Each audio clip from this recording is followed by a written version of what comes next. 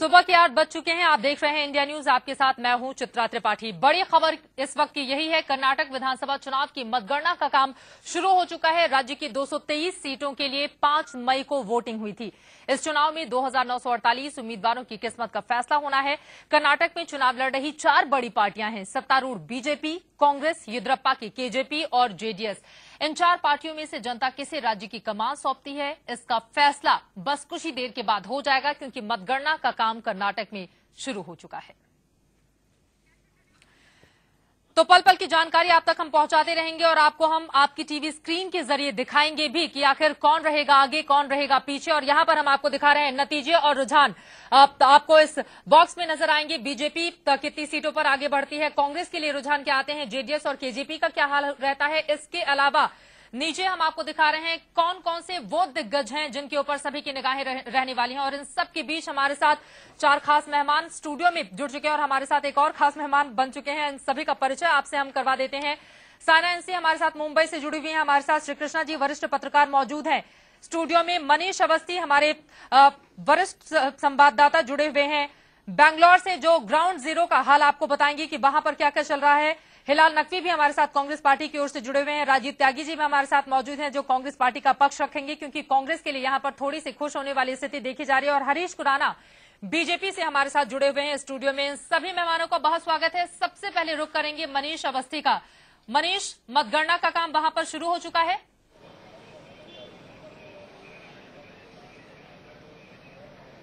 जी हाँ, मतगणना का काम यहाँ पर शुरू हो चुका है। गिनती के लिए यहाँ पर जो तमाम पार्टियों के जो कार्यकर्ता हैं वो बाहर जुट चुके हैं। हमारे कैमरामैन वो ताजा तस्वीरें दिखा रहे हैं कि किस तरीके से यहाँ पर गहमा गहमी बनी हुई है और हर एक की सांसें अटकी हुई हैं कि आखिर उनके नेता के लिए क्या नतीजा, जो कि इन काउंटिंग मशीन में सील हो चुका था, अब उसे खोलकर लोगों तक पहुंचेगा कि आखिर उनका नेता जीता या हारा। इस चौतरफा मुकाबले में मुझे ऐसा लगता है कि 4 घंटे का वक्त और लगेगा जब कर्नाटक की तस्वीर साफ होगी कि आखिर किसके बजे 12 और किसकी हुई पौ 12। बिल्कुल, 12 बजे शायद तस्वीर पूरी तरह से साफ भी हो जाएगी। और हम देख पा रहे हैं आपके पीछे गहमा गहमी तो अभी से शुरू हो चुकी है। वहां पर काफी ज्यादा सुरक्षा के इंतजाम भी किए गए हैं। बहरहाल, चिंता का सबब इस वक्त कर्नाटक किसके लिए बनने वाला है मनीष?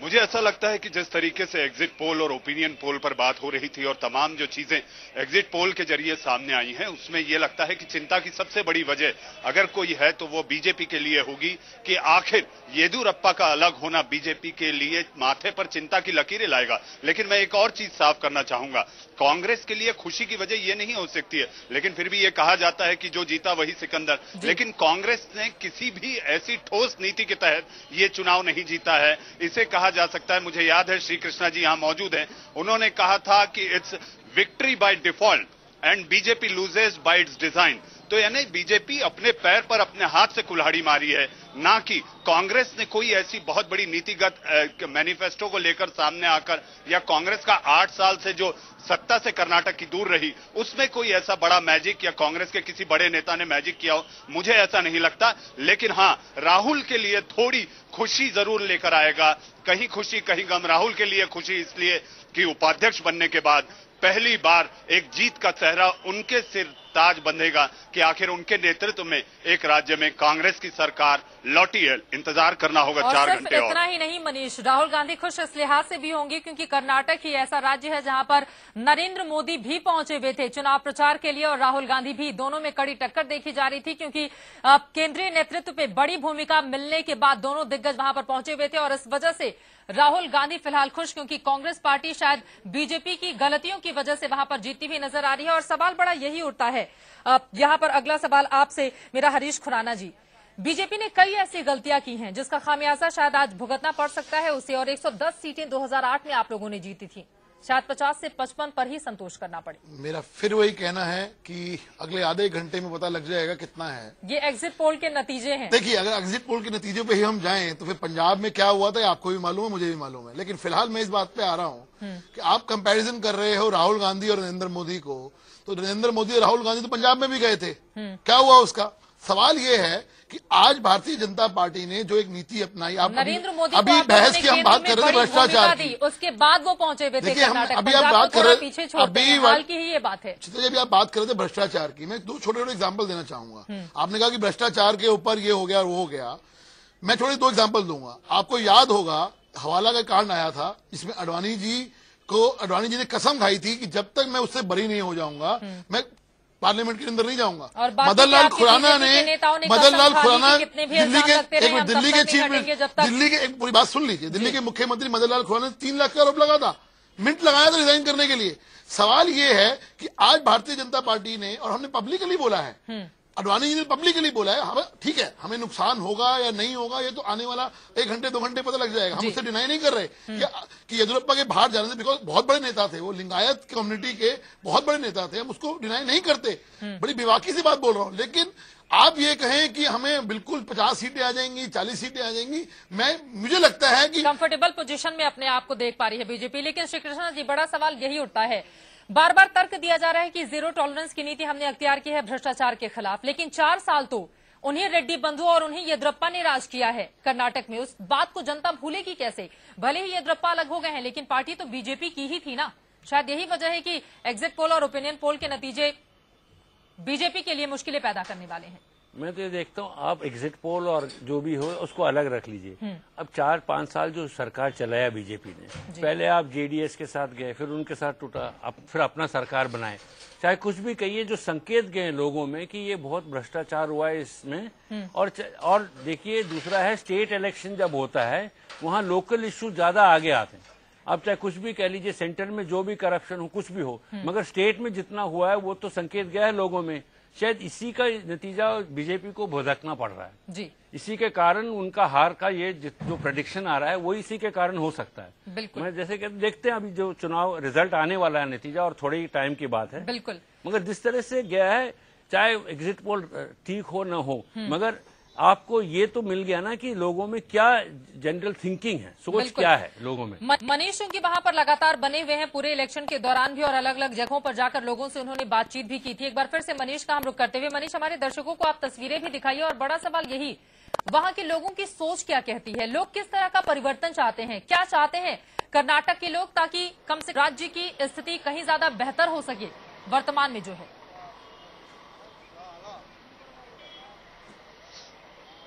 देखिए, एक चीज मैं लगातार अपने कर्नाटक के दौरे में ये देखते आया हूं कि कोई भी आंधी या लहर मुझे नजर नहीं आई कि ऐसी कोई आंधी या लहर किसी नेता की होती जिसके तहत क्लीन स्वीप या मेजॉरिटी वाली बात होती। लेकिन हाँ, इतना जरूर है कि यहाँ का मतदाता, यहाँ का आम आदमी ये चाहता है कि एक बदलाव हो, एक स्थिर सरकार आए। जिस तरीके से बीजेपी का कार्यकाल रहा है उससे यहाँ की जनता आजित हो गई है और यहाँ की जनता ऊब गई है, और वो एक उम्मीद की किरण देख रही थी कि आखिर ऐसी कोई उम्मीद लेकर, उम्मीद बंधाकर कोई दल ऐसा सामने आए, वो उनको दिखा नहीं। यहां पर जो डिवीजन ऑफ वोट होगा वही किसी एक पार्टी के लिए फायदे का कारण बनेगा, जैसा कि राजनीति में हमेशा होता है। मैं अपने कैमरामैन से कहूंगा कि वो फिर एक बार वो तस्वीरें दिखाएं। मतगणना का काम शुरू हो चुका है, यहां पर गहमा गहमी लगातार बनी हुई है, सुरक्षा के तगड़े इंतजाम है, इतने तगड़े इंतजाम हैं कि अगर हार जीत के बाद जब कई गुटों में आपस में भिड़ जाते हैं, उससे निपटने के लिए यहां पर्याप्त इंतजाम किए गए हैं। और आप ये देख सकते हैं तस्वीरों के जरिए कि किस तरह से सुरक्षा यहां पर चाक चौबंद है, और कुछ पार्टी के कार्यकर्ता भी लगातार यहां पर मौजूद हैं अपने नेता की खुशखबरी सुनने के लिए। अंदर से कोई जो उनका अपना पोलिंग एजेंट, काउंटिंग एजेंट होगा, वो बाहर आएगा और उन्हें सुनाएगा कि उनके नेता की जीत हो गई। तो कुल मिलाकर इस तरह के चुनावों में हार या जीत, कहीं खुशी कहीं गम, बस इंतजार है कुछ ही पलों का जब एक एक कर नतीजे आना शुरू होंगे और गिनती किसी के इसमें किसकी झोली में कितना जाता है उसके लिए बस थोड़ा सा इंतजार। और मनीष, हमने ये भी देखा है कि पहले से ही तैयारियां कर ली जाती हैं, चाहे पटाखों की खरीद बिक्री का सिलसिला हो या फिर मिठाइयां भी पूरे बॉक्स में भर भर कर लाए जाते हैं। इस वक्त कौन सी पार्टी इसकी तैयारी कर रही है, इसका सवाल मैं आपसे जानूंगी, लेकिन एक बार हिलाल नकवी का हम रुख कर लेते हैं। हिलाल नकवी जी, सवाल बड़ा यही उठता है कि कम से कम कांग्रेस पार्टी ने ऐसी कोई भी बड़ी उपलब्धि नहीं हासिल की है जिसकी वजह से एग्जिट पोल के नतीजे उसके पक्ष में नजर आ रहे हैं। चूंकि बीजेपी ने इतनी सारी गलतियां कर दी, उन गलतियों की वजह से कांग्रेस पार्टी इस वक्त बेहतर स्थिति में दिख रही है कर्नाटक में। देखिए, जहां तक कि कर्नाटक का सवाल उठता है तो कांग्रेस के अगर आप वोट शेयर देखें तो हारने के बावजूद भी हम लोग लगभग 35% जो है वो वोट शेयर वहां पर लगातार पा रहे हैं, लेकिन 30 सीटें जो कि आप पीछे हमेशा थे जो है बाकी बीजेपी पॉलिटिकल से पार्टी से बेहतर है। तुम यहाँ क्यों खड़े हो? वो वहां पर जो है वो जरूर कम हो गई है, लेकिन हमारा वोट शेयर कभी भी नहीं कम हुआ है। तो हमारे ऊपर जो जनता ने विश्वास था वो लगातार बना रहा। वो जरूर ऐसा हुआ कि कहीं के पास हमने सीट्स कम पा ली, कभी हम और भी कम सीट्स पाए, लेकिन अगर हम वोट्स का शेयर की बात करें तो 35% जो अपने आप में दिखाता है कि कांग्रेस से कभी भी वहां की जनता नाराज नहीं हुई है। जी। पहली बात।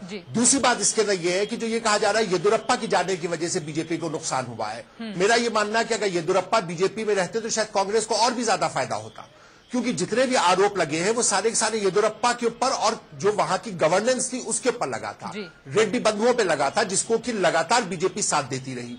ये तो अंडर कंपल्शन इनको येदियुरप्पा को हटाना पड़ा है। तीसरी बात, भ्रष्टाचार और गवर्नेंस, ये एक बहुत बड़ा इश्यू होता है जिसकी वजह से कर्नाटक की जनता ने आपको चुना है। एग्जिट पोल के नतीजे आपके फेवर में जरूर है और ये खुश होने की बात भी है आप लोगों के लिए, लेकिन कर्नाटक में ऐसा क्या किया है कांग्रेस पार्टी ने, या फिर केंद्र की कोई बड़ी उपलब्धि बताइए। मनीष कुछ पूछ रहे हैं। जी मनीष जी। चित्रा, जरा ये पूछिए कि जहां तक येदियुरप्पा के बीजेपी में रहकर कांग्रेस को और फायदा होने की बात जो हमारे नेताजी कह रहे हैं, जरा उनसे पूछिए। एग्जिट पोल बता रहा है कि येदियुरप्पा को 7% वोट मिल रहे हैं, और अगर येदियुरप्पा को 7% वोट मिल रहे हैं तो बीजेपी का 9% कम हो रहा है। अगर बीजेपी के 9% कम हो रहे हैं और ये 7% अगर उसमें ऐड कर लिए जाते, मिला दिए जाते, तो बीजेपी भी जीत के नजदीक होती। बिल्कुल, और एग्जिट पोल में सिर्फ 1% ही फायदा होता हुआ नजर आ रहा है आपको वोट परसेंट के लिहाज से।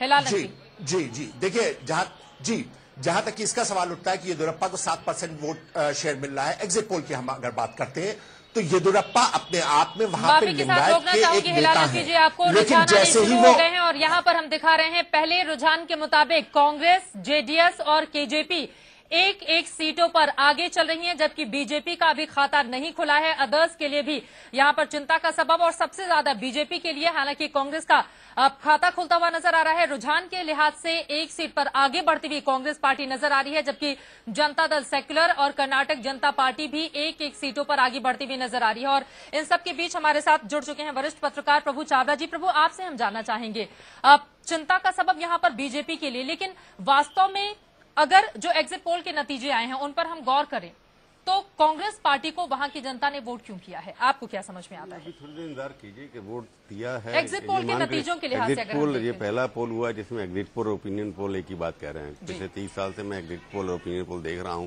दोनों में समानता कभी नहीं होती, ये हो रही है। और वोटिंग परसेंटेज उतनी बड़ी नहीं है। हमेशा ये होता है कि जब एंटी इनकम्बेंसी हो तो लोग निकल करके बाहर आते हैं, जैसे बाकी प्रदेशों में 70, 75, 76%, 80% वोटिंग हुई है। कर्नाटक के अंदर लगभग उतनी हुई है जितनी पिछली बार हुई थी।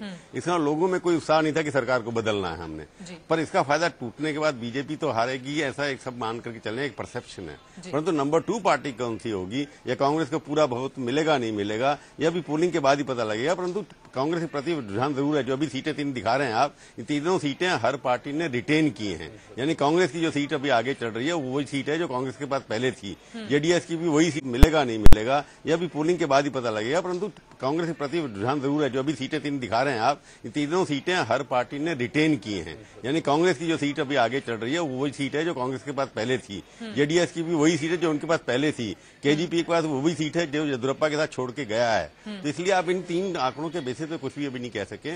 जब तक आधे रिजल्ट नहीं आएंगे तब तक हम कोई भी किसी भी अनुमान पर नहीं पहुंच सकते हैं। अभी देखना है कि वोटिंग कम होने से, मेरे पास सारे डिस्ट्रिक्ट की वोटिंग कम है, हर डिस्ट्रिक्ट में वोटिंग कम हुई है जाकर के, 2-4 को छोड़ करके जितने भी डिस्ट्रिक्ट है सारे क्षेत्रों में तो और ज्यादा कम हुई है, ग्रामीण इलाकों में तो फिलहाल नहीं। बैंगलोर में जो सबसे ज्यादा लोग बोलते हैं कि हम चेंज करेंगे, वहां पर वोट देने ही नहीं गए लोग। बिल्कुल, और यहाँ पर हम दिखा भी रहे हैं रुझान में अब 2 सीटों पर बीजेपी आगे चलती हुई नजर आ रही है। धीरे धीरे स्थिति बदलेगी भी और ये आंकड़े लगातार हर एक मिनट में तब्दील होते हुए भी नजर आएंगे। हम सीधे रुक करेंगे मुंबई का, जहां से हमारे साथ बीजेपी नेता शाना एनसी भी जुड़ चुकी है। शाना, आप किस तरह की उम्मीद कर रही हैं कर्नाटक के नतीजों से? उम्मीद पे दुनिया कायम है और हम भी उम्मीद करते हैं कि हम सत्ता में जरूर आएंगे। रही बात कि मुझे लगता है कि आज तक कर्नाटका में सिर्फ 3 पार्टीज थे और ये पहला इलेक्शन है जहां 4 पार्टीज है, तो स्वाभाविक रूप से वोट का जो डिवीजन है वो हुआ है। लेकिन जहां तक भारतीय जनता पार्टी का सवाल है, हमने कहीं भी अपने सिद्धांतों को लेके कोई कॉम्प्रोमाइज नहीं की है।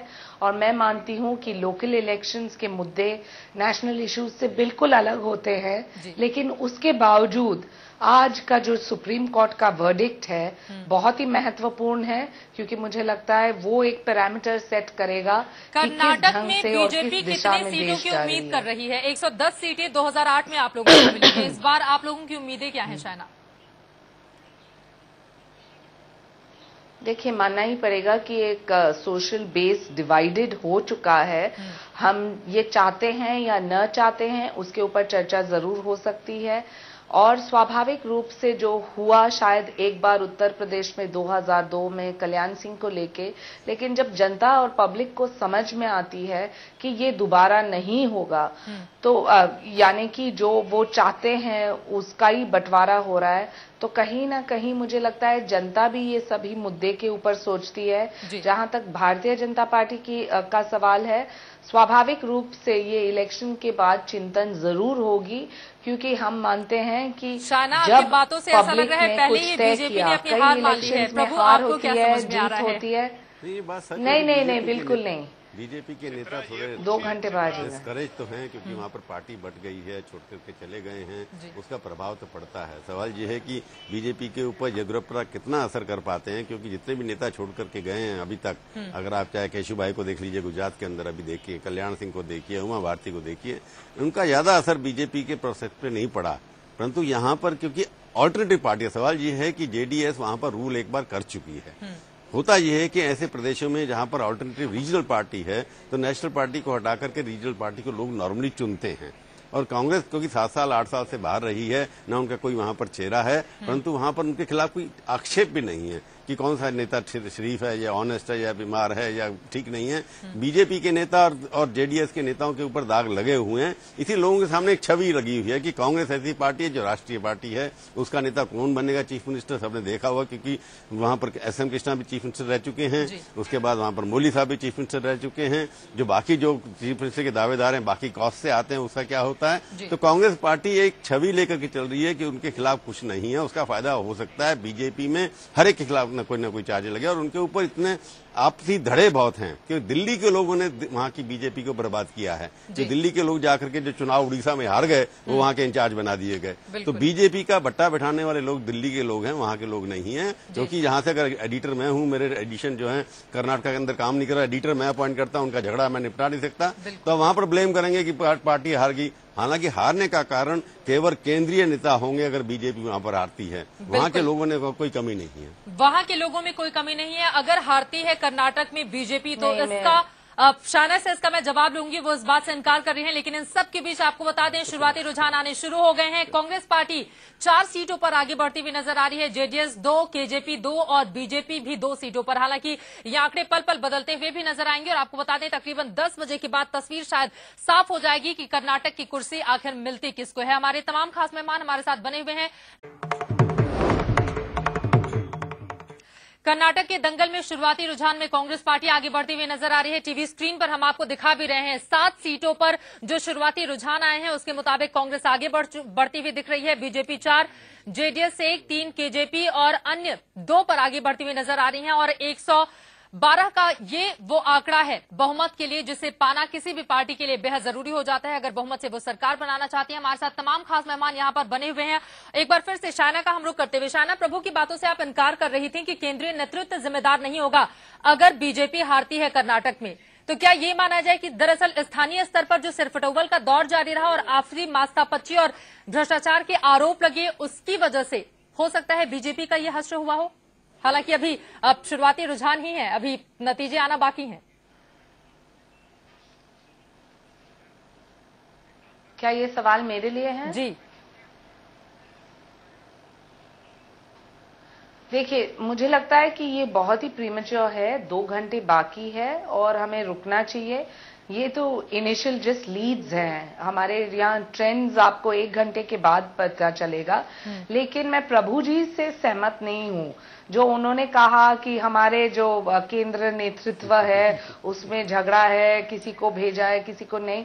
स्वाभाविक रूप से हमारे कार्यकर्ता एकजुट थे, हमारे नेतागण भी एकजुट हैं और मुझे लगता है कि कहीं ना कहीं जो इंट्रोस्पेक्शन करने की आवश्यकता है तो ये वोट डिवीजन के ऊपर, क्योंकि ये जो हकीकत है हिंदुस्तान में कि कास्ट पॉलिटिक्स और जिस ढंग से नेताओं के साथ कास्ट वोट जाता है उसके ऊपर मुझे लगता है चर्चा की भी आवश्यकता है। क्योंकि जो हम सही में तरक्की चाहते हैं तो वो तरक्की तब हो सकती है जब हम development with no compromise of ideology इसके बारे में हम चर्चा करें और जो वोटर ये समझ पाए कि जो सरकार आपको डेवलपमेंट दे रही है और जो कोई वोट बैंक पॉलिटिक्स नहीं कर रही है वहीं आपको एक ढंग से उनका साथ देना चाहिए ताकि देश की प्रगति हो। शाना, ये माना जा रहा है कि कम से कम विकास के लिहाज से भी ऐसा कोई बड़ा काम बीजेपी ने वहां पर नहीं किया है और 4 सालों में अगर 3-3 चीफ मिनिस्टर बदलते हैं कर्नाटक में तो जनता सवाल पूछेगी ही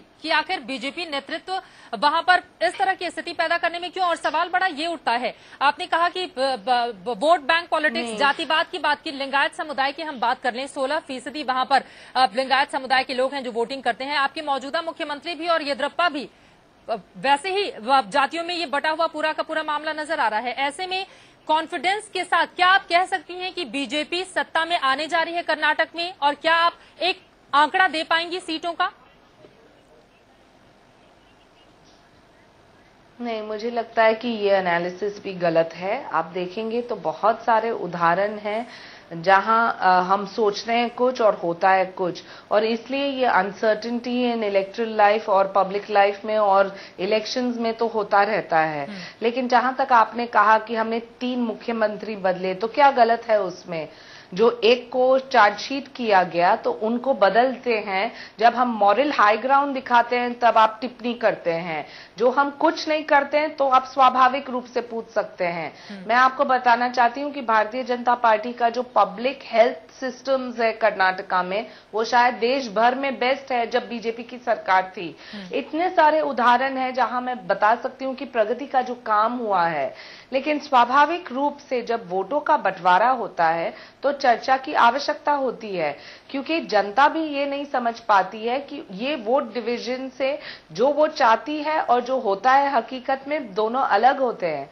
तो कहीं ना कहीं मुझे लगता है कि 2 घंटे के बाद हम ये सब चीज के ऊपर चर्चा करें और निर्णय ले तो वो शायद सही। चलिए, 2 घंटे के इंतजार के बाद तस्वीर और ज्यादा साफ हो जाएगी। लेकिन जो रुझान आ रहे हैं एक बार फिर से दर्शकों को हम बताते हैं। कांग्रेस पार्टी 10 सीटों पर आगे चल रही है, बीजेपी 4, ये शुरुआती रुझान है। जेडीएस 1, जबकि केजेपी कर्नाटक जनता पार्टी 3 सीटों पर 112 का जादुई आंकड़ा चाहिए होगा, क्योंकि 224 में से 223 सीटों के लिए 5 मई को मतदान हुआ था और 112 उसके लिहाज से बहुमत के लिए आंकड़ा जुटाना बेहद जरूरी हो जाएगा, जो भी पार्टी बहुमत के साथ अपनी सरकार बनाना चाहती है। इन सब के बीच हमारे साथ इस वक्त कांग्रेस पार्टी के वरिष्ठ नेता रामजतन सिन्हा जी जुड़ चुके हैं पटना से। अब रामजतन जी, आपका हम रुख करते हुए कांग्रेस पार्टी अपने आप को कहां देख रही है कर्नाटक में, और आप लोग किस तरह की उम्मीदें कर रहे हैं? देखिए, आप 2008 का भी चुनाव परिणाम देखेंगे तो कांग्रेस पार्टी का वोट प्रतिशत 1% का ही अंतर था, लेकिन किसी खास इलाके में, लिंगायत बहुल इलाके में येदियुरप्पा के कारण वोटों का एक ध्रुवीकरण हुआ था और भाजपा को अधिक सीटें मिल गई। 30 सीटें ज्यादा मिली थी कांग्रेस पार्टी से, और हम समझते हैं जी, तो आज परिस्थिति बदली है। जिस तरह से अव्यवस्था रही है प्रशासन में और अस्थिरता का माहौल रहा है, सबसे बड़ा अनुशासित प्रदेश था कर्नाटक, और जिस तरह से अनुशासनहीनता, भ्रष्टाचार और अव्यवस्था फैली, राजनीतिक अस्थिरता हुई, उसके परिणाम सामने आने वाले हैं। और अब तो भाजपा के सबसे मजबूत पैरोकार, जो आज के 2 दिन पहले तक कहते थे कि भाजपा ही सत्ता में आएगी, येदियुरप्पा के जाने से कोई अंतर नहीं पड़ने वाला है, वो भी इस बात को स्वीकारने लगे हैं कि नंबर 2 की पार्टी की लड़ाई है कि भाजपा की जेडीएस होती है, कांग्रेस को जीतेगी। हम समझते हैं कि जैसे जैसे समय बीतता जाएगा और डिस्कशन की भाषा भी इसमें परिवर्तन होता जाएगा, कांग्रेस एक बहुत ही मजबूत और सशक्त पार्टी होकर के उभरेगी कर्नाटक में, इसमें कहीं किसी को कोई शक नहीं होना रामजोधन जी को भी प्रभु उम्मीदें हैं कि वो सरकार बनाने जा रहे हैं और पूरा आत्मविश्वास। लेकिन बीजेपी के बारे में आपने जो कहा कि अगर वहां पर बीजेपी हारती है तो केंद्र नेतृत्व जिम्मेदार होगा, स्थानीय स्तर पर नहीं, जबकि कांग्रेस पार्टी अगर वहां पर जीतती है, एग्जिट पोल को ही अगर हम मान के चलें, तो इसके लिए आप किसे जिम्मेदार मानते हैं? क्योंकि राहुल गांधी, सोनिया गांधी, प्रधानमंत्री सभी लोग कर्नाटक के दौरे पर। दोनों पार्टियों में एक फैशन हो गया है, हारे तो लोकल लीडर हार गए, जीत गए तो केंद्रीय नीति जीत गए। मैं शाहना जी को याद दिलाना चाहता हूं कि जब पिछली बार कर्नाटक में इलेक्शन जीते थे वहां पर बीजेपी, तो अडवाणी जी ने अरुण जेटली को क्रेडिट दिया था। अब अरुण जेटली वहां के इंचार्ज हैं और अपने यादव साहब ने इंचार्ज, प्रधान साहब इंचार्ज हैं, तो क्या आप क्रेडिट उनको नहीं मिलेगा जीतने का या हराने का? सवाल ये है कि इस तरह का फैशन कांग्रेस पार्टी में हो गया। अगर जीत गए कहेंगे राहुल गांधी ने जिता दिया। कांग्रेस पार्टी वहां पर इस बार ज्यादा डिसिप्लिन है, सारों ने इतने नेता है, उनके पास सबसे ज्यादा चीफ मिनिस्टर कैंडिडेट, जैसे आपकी पार्टी के अंदर चीफ मिनिस्टर कैंडिडेट नहीं है पर प्राइम मिनिस्टर कैंडिडेट बहुत हैं, उनके चीफ मिनिस्टर कैंडिडेट आपसे ज्यादा हैं। पिछली बार जब क्रेडिट ले रहे हैं, जब कोई बिहार में जीतता है तो केंद्रीय नेता जिम्मेवार है उसके लिए, कोई मध्य प्रदेश जीतता है केंद्रीय नेता जिम्मेवार है, गुजरात में मोदी को छोड़ के सब लोग कहते हैं केंद्रीय नेताओं की स्ट्रेटजी, मास्टर स्ट्रेटजी जहां आपकी पार्टी में बैठे हुए हैं जो जिताते हैं इलेक्शन के लिए। कर्नाटका के अंदर अगर हार हुई है, वहां पर जिताने वाली लोकल लोग थे, उसमें फैक्शनिज्म क्रिएट करने के लिए सेंट्रल नेता जिम्मेवार हैं। उसकी कोई मैं कह सकता हूं, मेरे पास सबूत है इस बात के कि केंद्रीय नेताओं जिनका आधार नहीं है कहीं पर सारे देश के अंदर, उन लोगों ने वहां पर धड़ों में बांट दिया और वहां पर किस तरह से टिकटें बिकी हैं सबको पता है, सब चार्जेस लग रहे हैं। अगर वहां पर पार्टी हारी है इसलिए नहीं कि वहां के लोकल नेताओं के खिलाफ था कैरेक्टर, वो ठीक है करप्शन में रेड्डी ब्रदर्स बदल गए। रेड्डी ब्रदर्स को टिकट किसने दी थी? चीफ मिनिस्टर येदियुरप्पा को किसने बनाया था? केंद्रीय नेताओं ने यहां पर बैठ के बनाया था। इसलिए केंद्रीय नेताओं को अपने जिम्मेवारी लेनी होगी।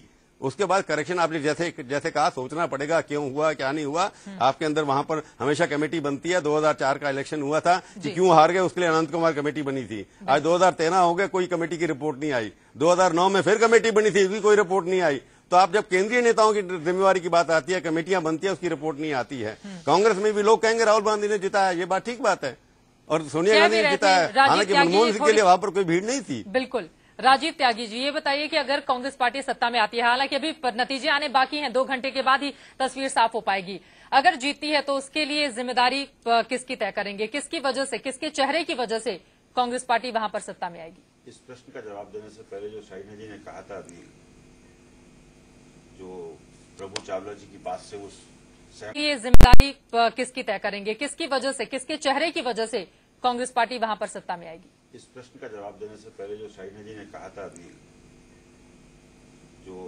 प्रभु चावला जी की बात से उस सहमत नहीं थी, केंद्रीय नेतृत्व इसके लिए जिम्मेदार है। मैं प्रभु चावला जी की इस बात से बिल्कुल सहमत हूं कि भारतीय जनता पार्टी में हर पद के बहुत सारे दावेदार हैं, विशेष रूप से प्रधानमंत्री पद के तो बहुत सारे दावेदार हैं, जिसकी वजह से वो तो बीजेपी बेहतर बताती है कि एटलीस्ट हमारे पास, हमारी पार्टी के अंदर लोकतंत्र है, बहुत सारे उम्मीदवार हैं। जिसकी वजह से हमेशा सिर्फ टवल बीजेपी पे रहती है।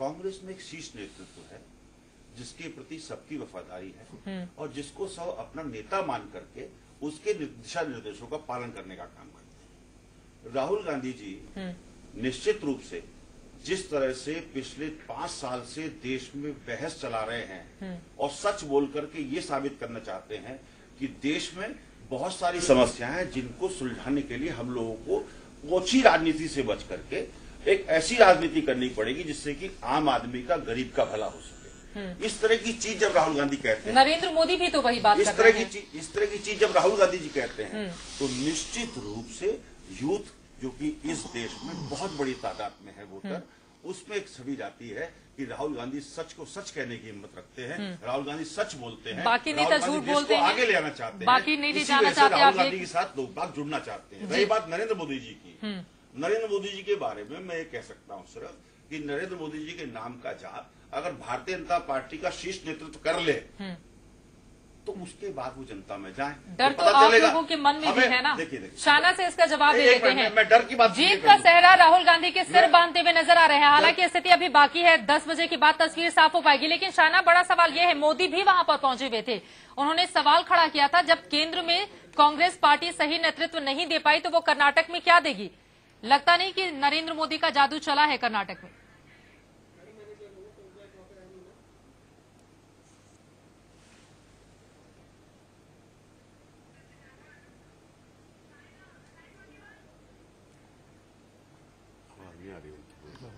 किसी कारण की वजह से आवाज नहीं हो पा रही है। एक बार फिर से कुछ कहना चाह रहे हैं, आप ही बता दीजिए। स्ट्रैटेजी है या सुन लेते हैं कुछ रणनीति है, वो हमारे पार्टी के अध्यक्ष और पार्लियामेंट्री बोर्ड तय करेगी। राजनाथ सिंह ने ऑलरेडी कहा है कि ये इलेक्शन के बाद चर्चा होके वो रणनीति लोगों के सामने जरूर पेश करेंगे। लेकिन जो आप एक पेटी फैलेसी करने वाले हैं, जहां आप कहने वाले हैं कि मोदी जी ने कैंपेन किया और राहुल जी ने कैंपेन किया, तो मुझे लगता है कि ये डिबेट बेमतलब का है, क्योंकि इतने सारे इलेक्शंस बाकी हैं जिसके बाद आप तय कर सकते हैं कि स्वाभाविक रूप से शाना बीच में रुक गई हैं। प्रभु, यहाँ पर बड़ा सवाल यही उठता है, क्या बीजेपी को धक्का लगेगा? नरेंद्र मोदी के चेहरे को आगे किया है जिस तरह से केंद्र में, और उसके बाद वहां पर कर्नाटक में उन्होंने दौरे भी किए हैं। उनका जादू उस तरह से चल नहीं पाया, हालांकि भीड़ बहुत ज्यादा वहां पर जुटी हुई थी उन्हें सुनने के लिए। नहीं, भीड़ तो जाती है हमेशा। राहुल गांधी भी देखो सब जगह उत्तर प्रदेश में गए, अच्छी भीड़ मिली। कर्नाटका के अंदर अच्छी भीड़ थी, मैं वहां था और मैं देखी उनकी भीड़ को। मोदी और राहुल जी के अलावा किसी को भीड़ मिलती नहीं थी। भीड़ कभी वोटों में कन्वर्ट होती नहीं है। मोदी पहली बार मीडिया यही चाहती है, आपका टाइटल स्टोरीज पे इस पे ही निर्भर है कि आप कौन सा पैक दे सकते हैं। लेकिन सुन लीजिए, प्लीज सुन लीजिए, हर इलेक्शन में प्लीज सुन लीजिए, हर इलेक्शन में हार जीत होती है, और वो हार जीत में जो आप स्वीकार नहीं करते हैं, तो मैं मानती हूं कि कोई पॉलिटिकल मैच्योरिटी नहीं है। जहां तक प्रजातंत्र की खूबी क्या है कि कभी कभी जनता आपको जिताती है, कभी कभी जनता आपके खिलाफ जाती है, लेकिन क्यों खिलाफ जा रही है इसके ऊपर चर्चा करने की आवश्यकता है। ये कहना कि एक नेता के वजह से या एक नेता आए और इस वजह से ये बेमतलब का डिबेट है। चलिए, ये बेमतलब का डिबेट है, इसका जवाब मैं प्रभु से लूंगी और प्रभु आपसे सीधे सवाल भी पूछेंगे, लेकिन उसके पहले एक बार फिर से दर्शकों को हम बताते हैं जो शुरुआती नतीजे और रुझान है। शुरुआती रुझान है, हालांकि 10 बजे के बाद ये नतीजों में भी तब्दील होते हुए चले जाएंगे। कांग्रेस पार्टी 16 सीटों पर आगे चल रही है, बीजेपी 6, जेडीएस 3, केजेपी 4 सीटों पर आगे बढ़ती हुई दिखाई दे रही है, और जादुई आंकड़ा 112 का है, जिसे पाने की कोशिशों में लगातार ये तमाम पार्टियां काफी दिनों से लगी हुई थी। लेकिन 5 मई को हुए मतदान के बाद जो शुरुआती मतगणना के रुझान आ रहे हैं वो आपकी टीवी स्क्रीन पर हैं। प्रभु, आप कुछ पूछना चाह रहे थे? नहीं, पूछने की बात ये सवाल है कि अभी आप देख रहे हैं इसमें एक तो रुझानों का रिजल्ट हमारे पास कौन से एरिया से आ रहे हैं ये रुझान, क्योंकि हर एरिया में बटा हुआ है कर्नाटका के अंदर। कहीं पर कांग्रेस है, कहीं पर जेडीएस है, जैसे मांड्या है, उधर हासन है, उसके अंदर जेडीएस के लोग पावरफुल हैं। बैंगलोर सिटी के अंदर बीजेपी के लोग पावरफुल हैं। जब तो ये पूरा आपने ठीक कहा कि 10 बजे के बाद जब आएगा चुनाव देखेंगे, परंतु जो अपनी साइना जी कह रही थी कि विश्लेषण तो होगा, ठीक है, अभी तो हम रिजल्ट डिक्लेयर करेंगे कि आज जो रिजल्ट आ रहा है उसके मायने क्या है, उसके बाद क्यों हारे क्यों जीते, हर पार्टी करेगी, कांग्रेस भी करेगी, आप भी करेंगे। उसके बाद फाइलों में जैसे गवर्नमेंट में होता है, इंक्वायरी कमीशन बैठते हैं, रिपोर्ट चली जाती है कि बदलाव नहीं होता। आज तक बीजेपी के अंदर किसी ने इस्तीफा नहीं दिया कि मैं चुनाव क्यों हार गया। कई लोगों ने चुनाव स्टेट्स में हरवाए, उनका कोई बदलाव नहीं हुआ। तो ना कांग्रेस पार्टी में होता है, ये तो चलता रहता है, क्योंकि कांग्रेस पार्टी की तरफ क्या है, हर पार्टी के अंदर कुछ लोगों का कब्जा है, वो चेंज होते नहीं है। जैसे आपकी पार्टी के अंदर मैं आपको मेरे को बोलने दीजिए, आपकी पार्टी के अंदर अगर 12 लोग पार्लियामेंट्री बोर्ड में, सारे एक्स प्रेसिडेंट अपने आप को नॉमिनेट कर देते हैं। पिछले 15 साल में कोई बदलाव भी नहीं होता। कांग्रेस पार्टी में वही लोग बैठे हैं पिछले 10 साल के अंदर, वर्किंग कमेटी में चेंज ही नहीं होते। वो चाहे चुनाव जीते ना जीते, केंद्रीय जो डिसीजन मेकिंग बॉडी है उसके ऊपर कब्जा करके बैठे हुए हैं। जब तक ऊपर से बदलाव नहीं होगा दोनों पार्टियों के अंदर, नीचे के अंदर बड़ी छोटी छोटी पार्टियां पावरफुल होती चली जाएंगी, रीजनल पार्टी। अगर अब यही चुनाव आता है, जैसे केजीपी वाले 4 सीटें जी रहे हैं, मेरे पहली बार लगता है कि 4 सीटें जी रहे हैं, अगर दोनों को मिला के चलें, लगभग बाकी पार्टियां मिला करके और कांग्रेस लगभग बराबर चल रहे हैं इस वक्त तक, यही ट्रेंड रहते हैं। तो मेजोरिटी के करीब कांग्रेस को बढ़ने के लिए अभी थोड़ा और समय देखेंगे क्या होता है उसके बाद।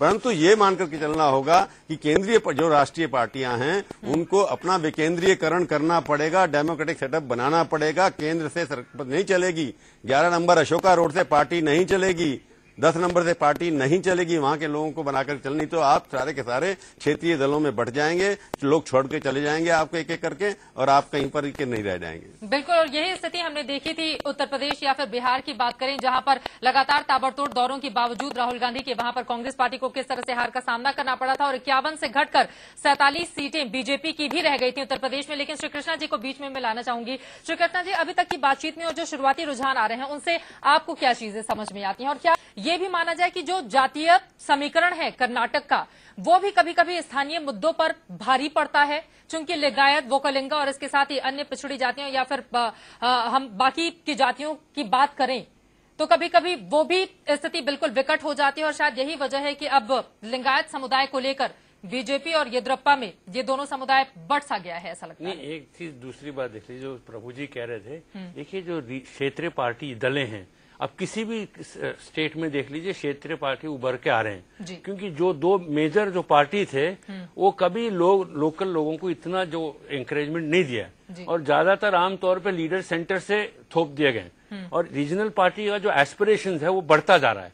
और जिस तरह से ये चल रहा है, ठीक है, आज येदियुरप्पा जी शायद कुछ नहीं कर पा रहे हैं, मगर ये संकेत है कि भाई रीजनल पार्टी भी अब उभर के आ रहा है कर्नाटका में। आज शायद बीजेपी कांग्रेस की ठीक है, उनके वो हैं उधर, मगर आप रीजनल पार्टी पे भी फोकस करना पड़ेगा, क्योंकि आज जैसे रीजनल में आप देख लीजिए कर्नाटका में कोई डेवलपमेंट नहीं हुआ है, इंफ्रास्ट्रक्चर कुछ नहीं है। आप बैंगलोर चले जाइए, कोई सड़क नहीं है, आप सड़क नहीं बन, सब दिल्ली में है, जो भी सड़क दिल्ली में बन रहा है, कॉमनवेल्थ गेम्स दिल्ली में हो रहा है। बैंगलोर में ट्रैफिक का तो बुरा हाल है, बैंगलोर में अगर बुरा हाल तो शायद ही वही बहुत ज्यादा सबसे बुरा हाल है, और आपने उसको IT सिटी बना के रखा है जहां आपको कोई इंफ्रास्ट्रक्चर फैसिलिटी नहीं है। तो ये सब आप देख के संकेत यह है कि भाई आपको जब तक कुछ ये आप कंसंट्रेट नहीं करेंगे इंफ्रास्ट्रक्चर डेवलपमेंट, ये रीजनल पार्टी बढ़ते ही जाएंगे आप। बिल्कुल, एक बार फिर से शाना आपका हम रुख करते हैं, शायद वो कुछ कहना भी चाह रही हैं। शाना, आपको मेरी आवाज है कि हम हारे हैं तो क्यों हारे हैं, इसके ऊपर जरूर जो चिंता करने की आवश्यकता है। हम एक बहुत ही मैच्योर स्थिर पार्टी है जहां हमको पता है कि देश की प्रगति सर्वप्रथम है और इसके बारे में चर्चा करने की आवश्यकता है कि क्यों हम सत्ता में आए या क्यों हम सत्ता में नहीं हैं।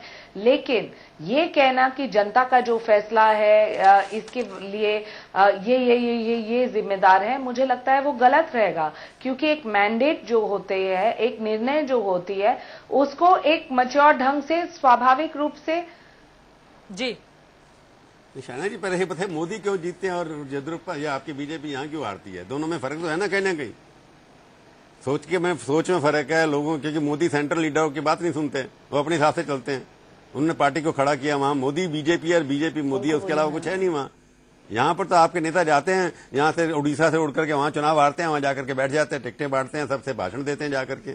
तो फर्क तो है, जहां लोग आपके जीते हैं वो अपने आप में सक्षम है। आज शिवराज चौहान जीत रहे हैं, वहां पर ऐसा इंप्रेशन दिया जा रहा है कि शिवराज चौहान किसी की बात सुनते नहीं, वो अपने आप में पावरफुल नेता है।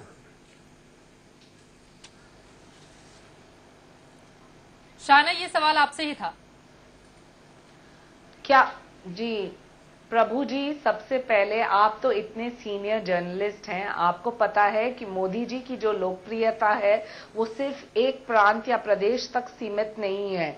मैं चुनाव की बात कर रहा हूँ साइना जी, आप बड़ी, मुझे पता है शुरू से आप कोशिश कर रहे हैं कि मुद्दे पर नहीं रहे, आप कोशिश कर रही हैं दूसरी जगह जाने की। मैं मुद्दे पे आता हूँ कि आपका एक नेतृत्व कर्नाटका में है, वो हार जाता है, आप कहती है अच्छी सरकार थी। एक नेतृत्व आपका गुजरात में, वो जीत जाता है। तो दोनों में फर्क क्या है? क्यों हार गए आपके गुजरात कर्नाटका में और क्यों जीत गए गुजरात में? है तो बीजेपी ना। देखिए, हर इलेक्शन में हार जीत होती है या नहीं होती है, नहीं देना चाहती जवाब। और प्रजातंत्र की खूबी ये है कि आप जीत सकते हैं और आप हार भी सकते हैं, लेकिन जनता का जो निर्णय है स्वाभाविक रूप से एक मैच्योरिटी से एक्सेप्ट करने की आवश्यकता है। जहां विश्लेषण का सवाल है, जरूर हम विश्लेषण करेंगे, लेकिन जो आप ये कहने वाले हैं कि एक इलेक्शन से आप देश में हार चुके हैं, तो मुझे लगता है ये बिल्कुल गलत है, क्योंकि हर एक प्रांत प्रदेश में लोकल इश्यूज अलग होते हैं, नेशनल इश्यूज अलग होते हैं। शाना जी, मैं लोकल इश्यू की बात करें, आप मेरी जवाब का बात नहीं देना, आंसर नहीं देना चाहती, मैं आपको फोर्स नहीं कर सकता। मैं कह रहा हूं कि नेता आपका एक गुजरात में जीत जाता है दोबारा और कर्नाटका में हार जाता है, और उसके पीछे कारण क्या है उसका विश्लेषण राष्ट्र से कुछ नहीं है। मैं नहीं कह रहा जीतेंगे या हारेंगे आप राष्ट्र के अंदर, वो तो बाद में डिसाइड होगा। मैं सिर्फ फर्क इतना है कि केंद्रीय नेता, क्योंकि आपको पता है केंद्रीय नेता आपके दिल्ली से जाकर के कर्नाटका में हावी हो जाते हैं और मोदी के ऊपर नहीं हो सकते। देखिए, जब वोटों की बंटवारा होती है तो हार जीत स्वाभाविक रूप से एक पार्टी को होती है या नहीं। और ये जो वोट का डिवीजन है, 2002 में भी आपने देखा है कि उत्तर प्रदेश को लेके कल्याण सिंह की जो परिस्थिति हुई, लेकिन उसके बाद जनता को समझ में आती है कि कहीं ना कहीं जो वोट देते हैं और जो निर्णय होता है वो कभी कभी विपरीत होता है। तो स्वाभाविक रूप से विश्लेषण करने की आवश्यकता है, लेकिन ये कहना कि कर्नाटका का जो परिस्थिति है या जो हुआ है तो वो देश भर में होने वाला है, वो बिल्कुल गलत है। आप मेरे को बार बार गलत कोट कर रही हैं शाइना जी। मैं नहीं कह रहा देश में होने वाला, आप बार बार क्यों गलत कोट कर रही हैं? मैं कह रहा हूं केशव भाई भी बड़े नेता थे, उनका रिकॉर्ड अभी तक आपसे नहीं टूटा है। सबसे ज्यादा सीटें बीजेपी के लाए थे कोई वहां पर, केशव भाई लाए थे, पार्लियामेंट की भी और असेंबली की। उसका रिकॉर्ड आपने मोदी जी ने अभी तक नहीं तोड़ा है। जब केशव भाई विद्रोह करके गए तो वहां कोई असर नहीं पड़ा, क्योंकि वहां पर मोदी का डेवलपमेंट कार्ड और मोदी की पर्सनैलिटी ज्यादा हावी पड़ गई लोगों के ऊपर, उनका विश्वास ज्यादा था। परंतु कर्नाटका में येदुरप्पा है या जगदीश शेट्टर हैं, उनको कौन नहीं नेता क्यों नहीं मानता? क्योंकि आपके केंद्रीय नेता उनके ऊपर हावी होते हैं, उनको फैसला नहीं करने दे देते। कर्नाटका की राजनीति दिल्ली से चलती है, जबकि अहमदाबाद की राजनीति गांधीनगर से चलती है। हर जगह राजनीति जो चलती है वो वोटों पे आधार होती है और वो वोट जनता तय करती है कि किसको वोट करें और किसको नहीं। आप जवाब देना नहीं चाहते, ये बार बार बोल सकते हैं कि दिल्ली का प्रभाव हुआ है। मैं जो जवाब देना चाहती हूँ आप सुनना नहीं चाहते हैं। आप यही कहना चाहते हैं कि दिल्ली की सरकार तय करती है और दिल्ली में जो नेता बैठे हैं वो तय करते हैं कि कर्नाटका में जो होगा। दिल्ली की पार्टी जो है तय करती है कि कर्नाटका की सरकार किस ढंग से बनेगी। मैं मानती हूं कि आपका जो विश्लेषण है आप जरूर लोगों के सामने पेश कर सकते हैं, लेकिन उसके विपरीत एक राय और प्रतिक्रिया भी हो सकती है, तो वो भी स्वाभाविक रूप से मुझे लगता है कि आपको स्वीकार करना चाहिए। बीजेपी अभी मानने के लिए तैयार नहीं होगी प्रभु, लेकिन बड़ा सवाल ये भी उठता है, भ्रष्टाचार के मुद्दे पर जीरो टॉलरेंस की बात लगातार की जा रही है बीजेपी की ओर से, और जितने भी नेताओं से बात हुई है उन्होंने कहा है कि कर्नाटक में तो हमने दिखा दिया है कि हमने भ्रष्टाचार के खिलाफ किस तरह की लड़ाई लड़ी है, लेकिन वो मैसेज जनता तक क्यों नहीं पहुंचा। और इसके साथ ही नितिन गडकरी के मामले में हमने देखा, बाबू सिंह कुशवाहा, कई और ऐसे नेता हैं, एक लंबी फहरिस्त से अगर नामों को गिनाया जाए, क्या ये माना जाए कि दरअसल उन बातों को भी जनता अपने ध्यान में रखती है और यही वजह है कि भ्रष्टाचार जिसको उठा रही है बीजेपी इतने जोर शोर से, उसका असर कर्नाटक में नहीं पड़ा है? प्रभु आपसे ये सवाल था। मेरे सवाल दोबारा मैं सवाल ये कि भ्रष्टाचार के मुद्दों पर अपने आप को पाक साफ रखने की और बताने की कोशिश बीजेपी की ओर से की जा रही है, उसका असर क्यों नहीं पड़ता हुआ नजर आया हमें कर्नाटक? थोड़ा लेट हुआ, क्योंकि जिन लोगों को निकाला गया जबरदस्ती बाद में निकाला गया, उसके ऊपर भी मतभेद हो रहा है कि येदुरप्पा को निकालने के लिए कौन जिम्मेवार है, कौन उनको रोक रखे हैं, उसकी एक हिस्ट्री है। शाइना जी शायद उसके ऊपर एग्री नहीं करेंगे, क्योंकि मैं दिल्ली में बैठ कर देखता रहता हूँ, कई लोगों को जानता भी हूँ 30 साल से। जब तक देर की उन्होंने, जब एक किस्म से होता है कि डिफरेंस क्या था पार्टी के अंदर, बीजेपी पार्टी विद डिफरेंस ये था कि जैसे ही चार्ज उनके ऊपर लग गए थे, अगर कोई और अच्छा नेता वहां पर होता, अटल जी होते या अडवाणी की ज्यादा चल रही होती, तो उस वक्त हटा दिया जाता था। परंतु इस बार ये हुआ कि बीजेपी इतने पावर सेंटर्स हैं कि वहां पर कुछ लोगों ने डिसाइड किया येदुरप्पा को हम नहीं हटाएंगे। अडवाणी जी ने जब तक उसके ऊपर जिद नहीं पकड़नी तब तक हटाया नहीं गया उनको, तो इसलिए वहां पर लोगों को हटाने के लिए जाता था। परंतु इस बार ये हुआ कि बीजेपी इतने पावर सेंटर्स हैं कि वहां पर कुछ लोगों ने डिसाइड किया येदुरप्पा को हम नहीं हटाएंगे। अडवाणी जी ने जब तक उसके ऊपर जिद नहीं पकड़नी तब तक हटाया नहीं गया उनको, तो इसलिए वहां पर लोगों को हटाने के लिए बड़ा टाइम लगा। टिकटें देने में, बंटवारे में जो लोग यहाँ दिल्ली से गए थे उन्होंने ऐसे लोगों को टिकटें दे दी जिनकी छवि वहां पर खराब थी, क्योंकि वो इसलिए टिकटें दे दी कि पार्टी को चुनाव के लिए 150 करोड़ रुपए की जरूरत थी।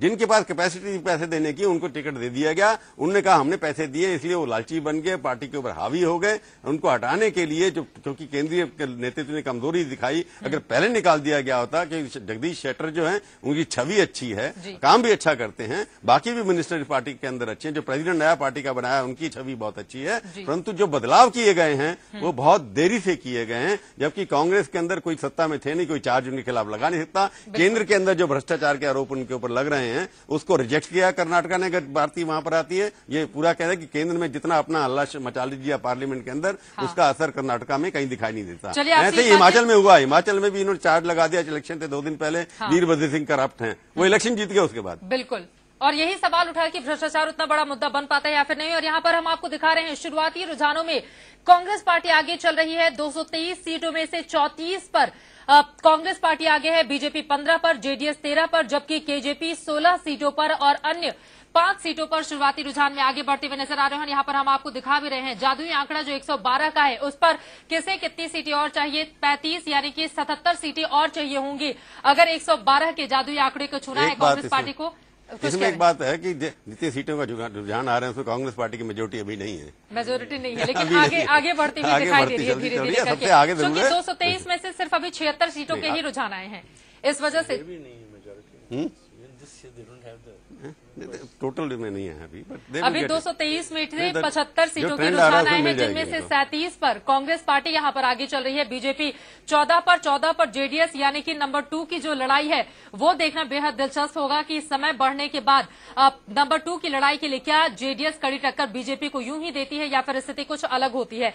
लेकिन यहां पर एक और बड़ा सवाल जो प्रभु मैं आपसे लूंगी भ्रष्टाचार के मुद्दे पर, लेकिन हिलाल नकवी जी बहुत देर से कुछ कहना चाह रहे थे। और हिलाल नकवी जी, सवाल बड़ा ये भी उठता है, कांग्रेस पार्टी ने ऐसा कुछ बड़ा नहीं किया जिसे देखते हुए एक लहर दिखाई दे रही हो कर्नाटक में। दरअसल बीजेपी ने कई एक के बाद एक गलतियां की हैं, जिसका पूरा फायदा इस वक्त कांग्रेस पार्टी वहां पर उठाती हुई नजर आ रही है। देखिए, पहली बात तो मैं कहना चाह रहे हैं कि शायना जी कहीं ना कहीं ये बात मान चुकी है कि बीजेपी जो है वो हार गई है कर्नाटक में, और इसी वजह से वो अपने केंद्रीय नेतृत्व को डिफेंड करने में ज्यादा इंटरेस्टेड है कि उनको डिफेंड करें, और खासकर मोदी जी को डिफेंड करने में लगी हुई है।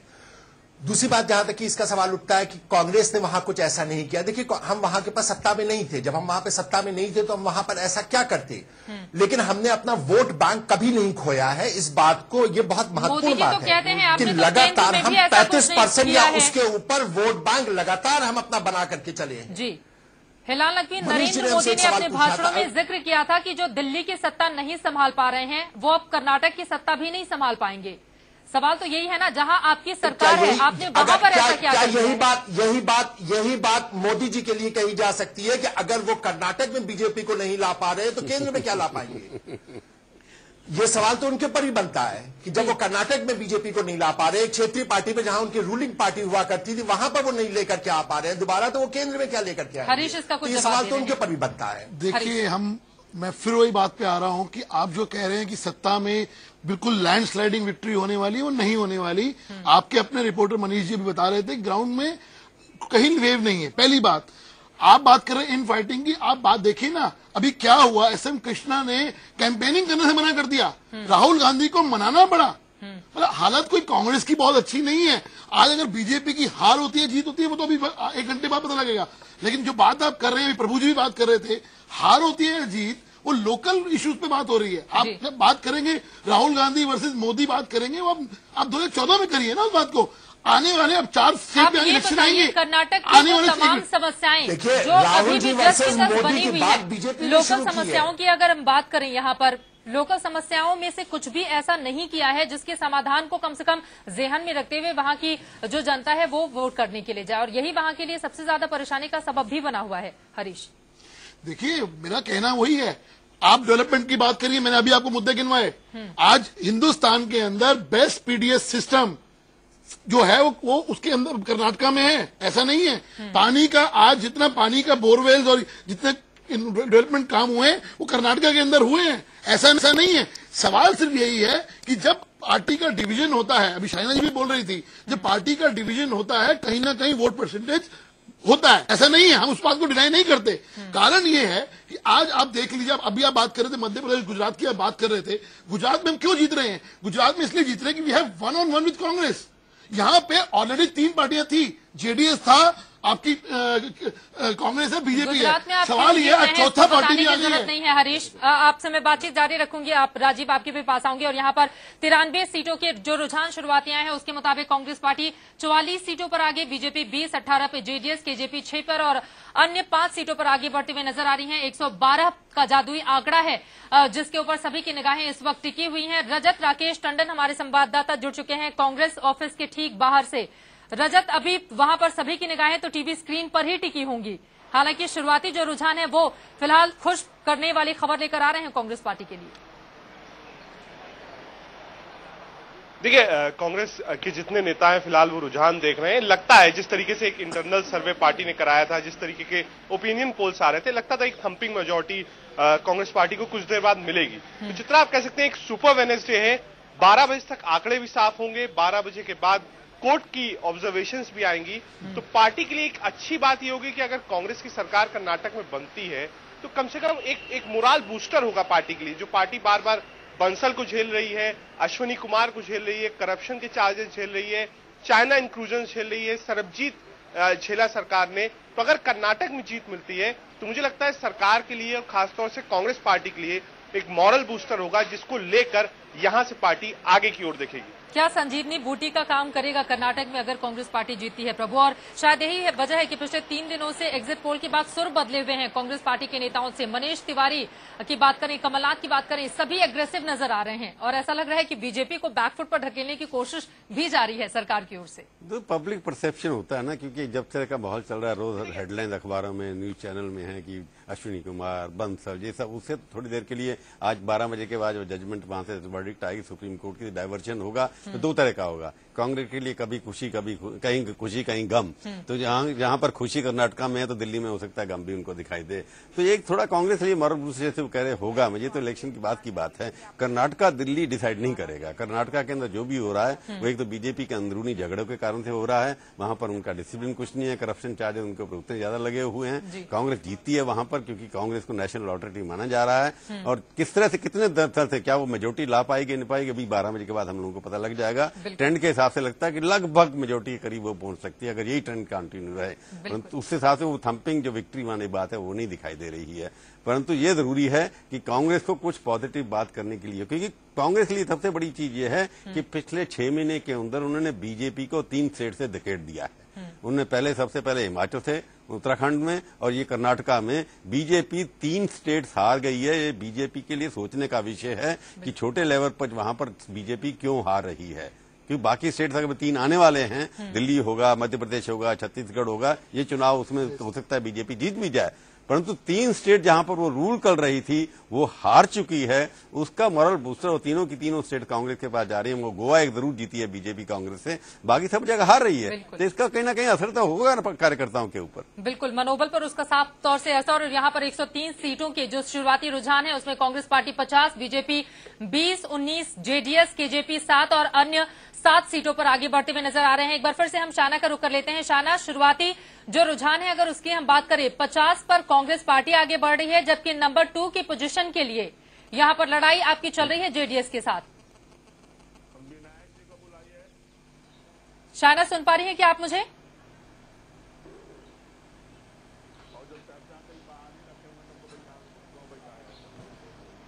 शाना, क्या आप तक मेरी आवाज पहुंच रही है?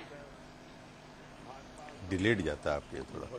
आपको सवाल दोबारा पूछना पड़ेगा। सवाल मेरा ये है कि यहाँ पर 51 सीटों के साथ कांग्रेस आगे बढ़ती हुई नजर आ रही है, जबकि नंबर 2 की लड़ाई की हम बात करें तो जेडीएस और बीजेपी के बीच शुरुआती रुझानों के अकॉर्डिंग टक्कर होती हुई नजर आ रही है।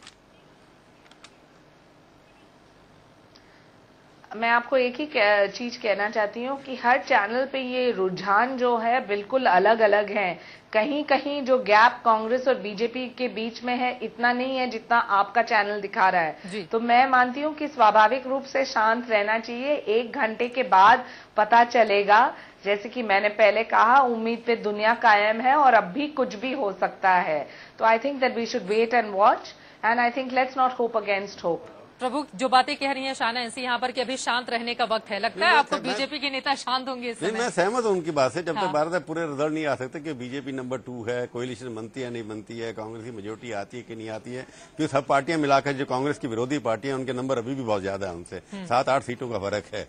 ट्रेंड में क्या फर्क होता है, मेरे को यही है कि जो हमारा ओपिनियन पोल कहा था, जो एग्जिट पोल, उसी हिसाब से वो रिजल्ट आएंगे। परंतु कई और चैनल पे मेरे पास भी एसएमएस आ रहे हैं, उसका लगता है कि कई अलग चैनल में अलग अलग फिगर्स आ रही हैं। सोर्सेज क्या आप लोगों के मेरे को पता नहीं है, क्योंकि डिस्ट्रिक्ट वाइड भी आप नहीं दे रहे हैं। अगर डिस्ट्रिक्ट वाइड हमारे पास कोई फिगर्स होती तो हम कह सकते थे, परंतु थोड़ी देर और इंतजार करिए, आगे आगे देखिए। जी, हमारी कोशिश होगी कि डिस्ट्रिक्ट वाइड भी हम दिखाएं यहाँ पर कि किसको कितनी सीटें। लेकिन यहाँ पर अगर इसी जो रुझान अभी हमारे सामने है, 54 पर कांग्रेस है और बीजेपी तो उसके आधे पर भी नजर नहीं आ रही है, जबकि जेडीएस का प्रदर्शन फिलहाल शुरुआती रुझानों में 25 का है।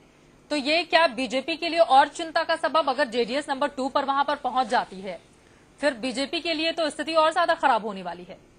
प्रभु, हाँ ठीक है, झगड़ा तो वहाँ है कि रीजनल पार्टी सेकंड पार्टी बंद, क्योंकि वो वहाँ पर रूलिंग पार्टी रह चुकी है। मतलब मैं सरप्राइज नहीं होऊंगा कि लगभग कांग्रेस और जेडीजे आखिर जाकर बहुत थोड़ा सा फर्क पड़ जाए और जेडी के ऊपर कांग्रेस डिपेंड करे। परंतु मैं अभी भी अपने ओपिनियन पोल के साथ स्टिक करूंगा कि कांग्रेस को 1 से 10 के करीब सीटें मिलने वाली हैं, जो 1-2 सीटें से कम हो सकती हैं। परंतु अगर जेडीएस नंबर 2 पार्टी बनकर निकलती है तो फ्यूचर बीजेपी का वहां पर नहीं है। बिल्कुल, बहुत ज्यादा मुश्किलें आगे बीजेपी के लिए बढ़ने वाली हैं। लेकिन यहाँ पर आपने कहा 110 सीटें अगर कांग्रेस को मिलती हैं, 113 चाहिए होंगी 224 में से सरकार बनाने के लिए। उस स्थिति में क्या आपको लगता है किसके साथ हाथ मिलाएगी कांग्रेस वहां पर,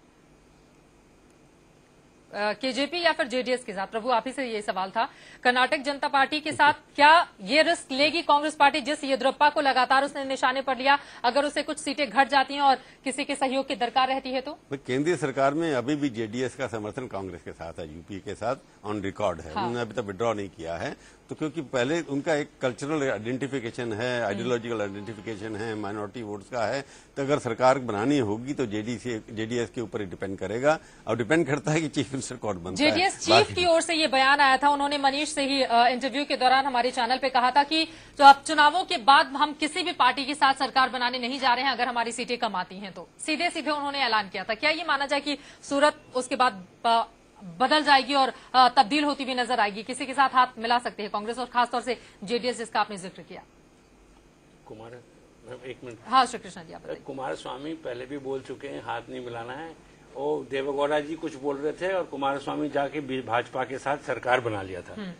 तो ये देखो, ये इसके ऊपर आप भरोसा नहीं कर सकते जी। जिस तरह से परिस्थिति बदलेगी उसी तरह से जाएंगे। बीजेपी के नंबर इतने नहीं होंगे कि अभी नंबर नहीं है, अभी तक तो नंबर नहीं है कि वो मिलके बना सकते हैं, मगर कल कुछ भरोसा नहीं, जेडीएस कांग्रेस के साथ भी मिल सकती है। हम नहीं कह सकते कि नहीं मिलेंगे, क्योंकि जिस तरह से जो संकेत दे रहे हैं कुमार स्वामी, ये नहीं कह रहे जेडीएस कांग्रेस के साथ जाएगा अगर जरूरत पड़ेगी, कोई और ऑप्शन ही नहीं है। नहीं, ऑप्शन ही नहीं है, they have no other choice. तो पहले से ऐलान इस बात का क्यों किया जाता है टीवी चैनलों पर कि हम किसी के साथ सरकार बनाने नहीं जा रहे हैं? क्या ये सिर्फ एक भ्रम पैदा करने वाली स्थिति होती है? वोट लेने का ना, वोट का है ना। जब देखिए, अगर आप पहले से बोल देंगे इनके साथ जाएंगे तो जो वोट आना है वो भी खत्म हो जाएगा। तो सब देखिए, आखिर तक सब पार्टी यही दिखाएंगे कि मुझे मेजॉरिटी मिल रहा है, चाहे मिले ना मिले। बिल्कुल। और इस बात का दावा तो येदियुरप्पा की पार्टी भी लगातार कर रही थी कि वो मुख्यमंत्री होंगे अगले। कुछ कहना चाह रहे थे राजीव आप, उसके बाद में रामजतन जी के पास। तो अभी बात उठी कि कौन किसके साथ जाएगा, असीम संभावनाओं का दूसरा नाम राजनीति।